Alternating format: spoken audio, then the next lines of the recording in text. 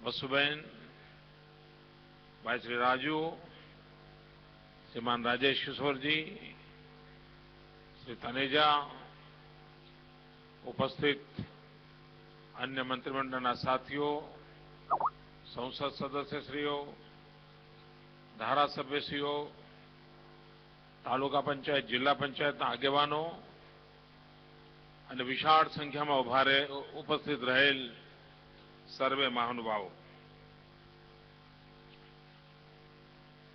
જો આ ચૂંટણીનું વર્ષ ન હોત અને સામાન્ય દિવસો હોત તો આજનો આ કાર્યક્રમ, આજની આ ઘટના સમગ્ર દેશમાં અને સવિશેષ કરીને ગુજરાતમાં અત્યંત સકારાત્મક રીતે એક ઉત્તમ પગલા તરીકે એને નવાજવામાં આવી હોત. પરંતુ ચૂંટણીના વર્ષમાં કોઈ પણ સત્કાર્ય કરીએ, ઉત્તમમાં ઉત્તમ કાર્ય કરીએ, પણ જે લોકો રાજકારણમાં નથી એના માટે આ મોટું રાજકારણ હોય છે અને એના કારણે પ્રત્યેક ઘટના રાજકીય ત્રાજવે તોલાતી હોય છે અને પરિણામે ખૂબ ઉત્તમ પ્રકારના ઇનિશિયેટિવ આ રાજકીય આટાપાટામાં અટવાઈ જતા હોય છે અને જનતા સામાન્યને એની જાણ નથી થતી હોતી. ગઈકાલે મેં જોયું કે આજ સભાગૃહની અંદર ગુજરાતના ઇતિહાસની અજોડ ઘટના ઘટી હતી. હખડેઠઠ ભરાયેલો હતો આ હોલ ખેડૂતોથી અને વિશ્વના 8 દેશો, આ દેશના 11 રાજ્યોના ખેડૂતો મળીને કૃષિ ક્રાંતિની દિશામાં મંથન કરતા હતા. એક અદભુત નજારો હતો. પણ સમય ચૂંટણીનું વર્ષ. આજની આ પણ ઘટના અનેક રીતે આખા દેશ માટે નવતર છે. આધુનિક ટેકનોલોજીનો ઉપયોગ કરીને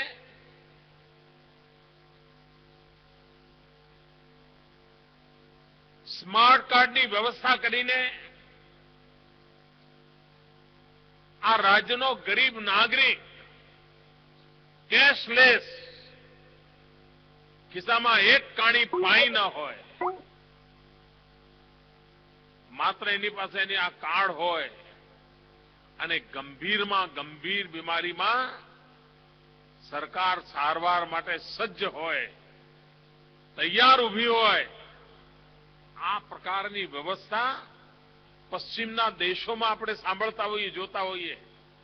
ભારતમાં કલ્પના સુદ્ધા ન કરી શકીએ એવું એક અતકેરું કામ આજે એની શરૂઆત થઈ ગઈ છે.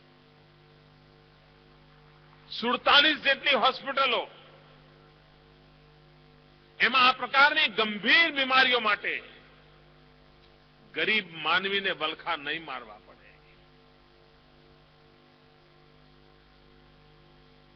મિત્રો, સરકાર ગરીબ માટે છે એનો મતલબ શું? અમીર માંદો હોય તો ડોક્ટરોની એના ઘરે લાઈન લાગે.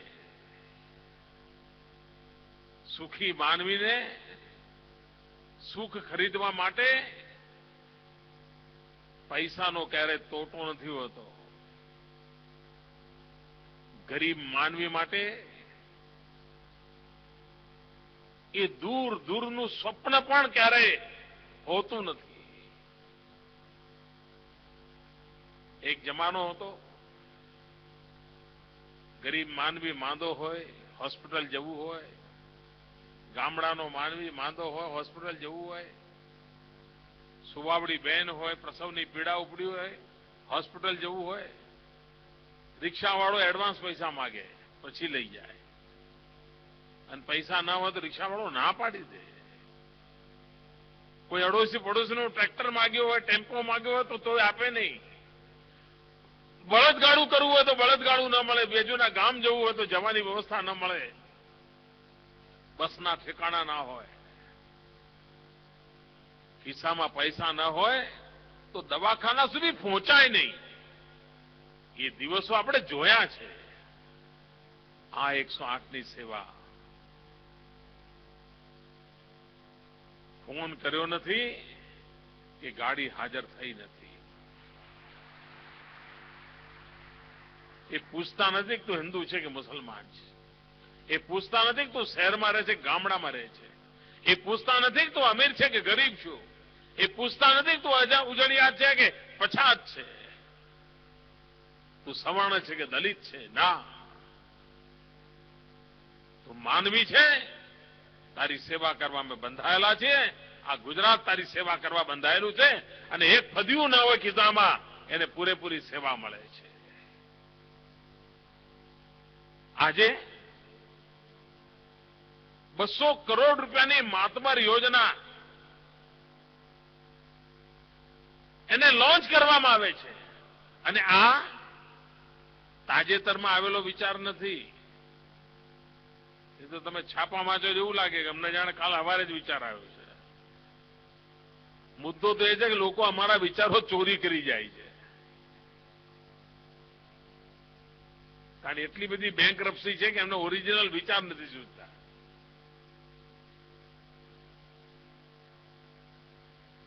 ગયા વર્ષના માર્ચ મહિનાના બજેટની અંદર જે વસ્તુ મુકાણી હોય, અને બજેટમાં મુકાણી હોય એટલે નવેમ્બર ડિસેમ્બર મહિના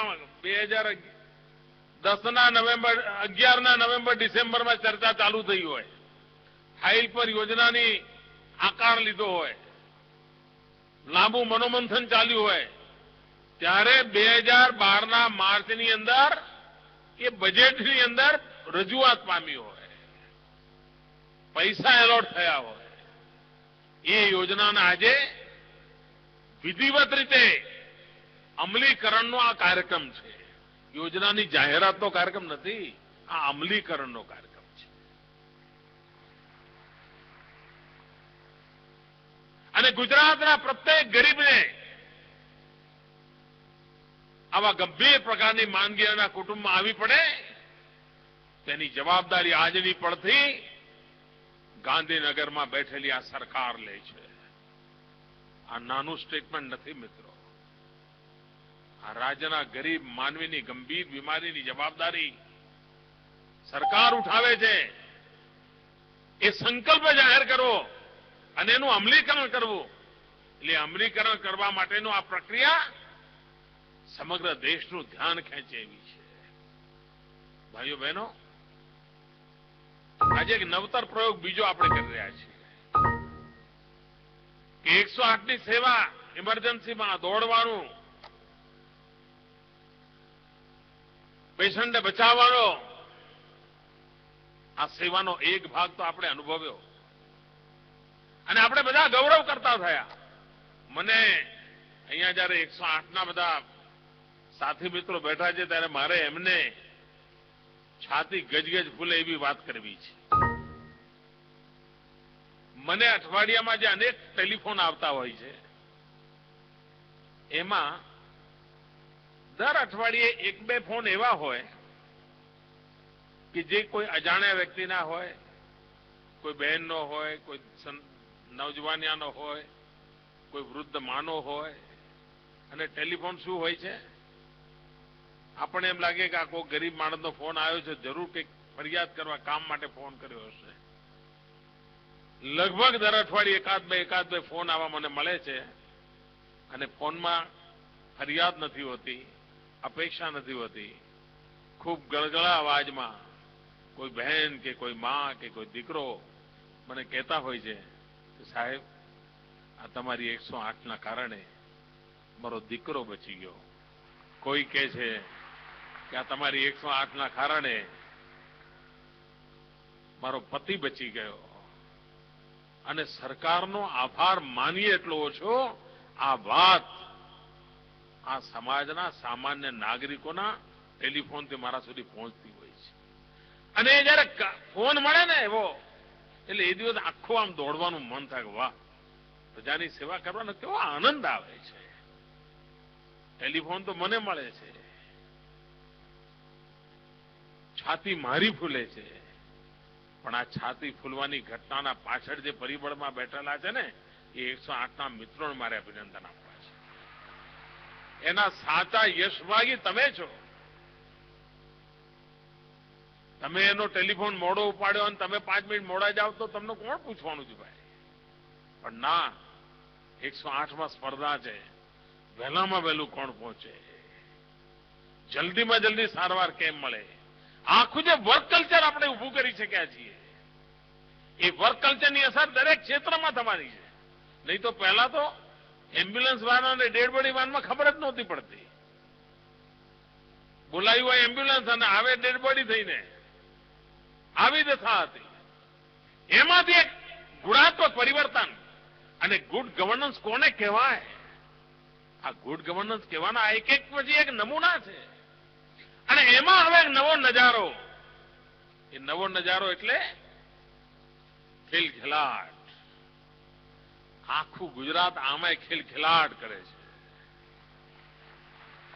અને ગુજરાત ખિલખિલાટ કરે છે એટલે કેટલાક કકળાટ કરે છે. આ કકળાટનો જવાબ છે ખિલખિલાટ.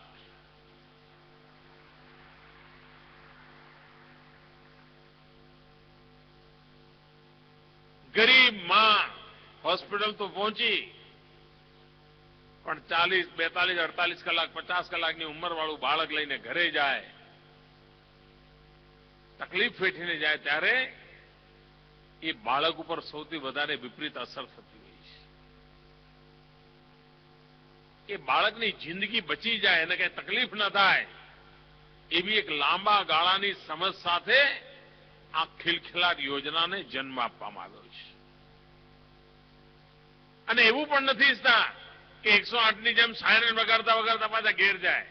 નહીં તો આખા કુટુંબને મોહલ્લામાં ઉચાડતા કે આ બાજુ શું થયું ભાઈ?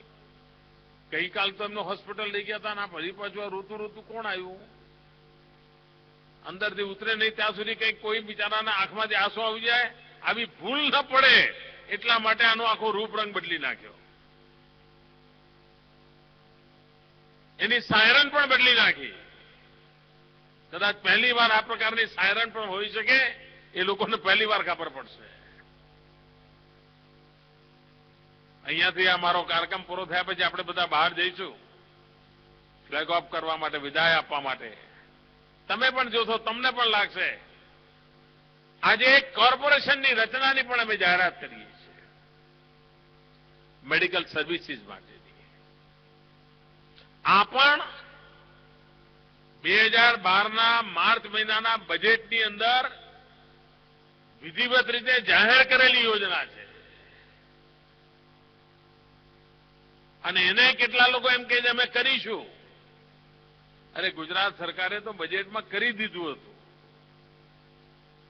ભાઈઓ બહેનો, ગુજરાત વિકાસની નવી ઊંચાઈઓને પાર કરી રહ્યું છે. હમણાં આપણે ગુટકા ઉપર પ્રતિબંધ જાહેર કર્યો છે. 11મી તારીખે એની અમલવારી શરૂ થવાની છે. માતાઓ બહેનો સૌથી વધારે ખુશ થઈ છે ગુટકા બંધ થવાને કારણે. કારણ ઘરમાં છોકરા માટે દૂધ ના આવે પણ ગુટકા આવે એવું હતું. આ ગુટકાના સમર્થન માટે અમે એક ટેલિફોન નંબર આપ્યો છે. તમે મિસ કોલ કરીને ગુટકા પ્રતિબંધને તમારું સમર્થન આપો. તમારામાંથી કેટલા છે જેટલા મિસ કોલ કર્યો ભાઈ? બહુ ગણ્યા કાંટ્યા છે. અહીંયા બેઠેલા કેટલા લોકો છે જેની પાસે મોબાઈલ ફોન છે? હાથ ઉપર કરો. મોબાઈલ ફોન વાળા કેટલા? આખો સભાગૃહ ભરેલો છે. એક કામ કરો, કાઢો મોબાઈલ, ચાલુ કરો. મોબાઈલ ચાલુ કરો. એક નંબર લખાવું છે, નંબર પર મિસ કોલ કરો અને ગુટકા પરના પ્રતિબંધને સમર્થન કરો. બધાને વિનંતી છે મારી, તમારી પાસે મોબાઈલ હશે પ્લીઝ 8009 નંબર છે. 8009. 80009 80009 8009 8009.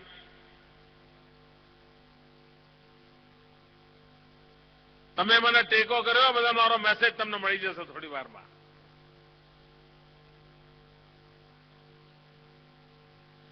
મારી વિનંતી છે કે તમે આટલું કામમાં મારી મદદ કરો.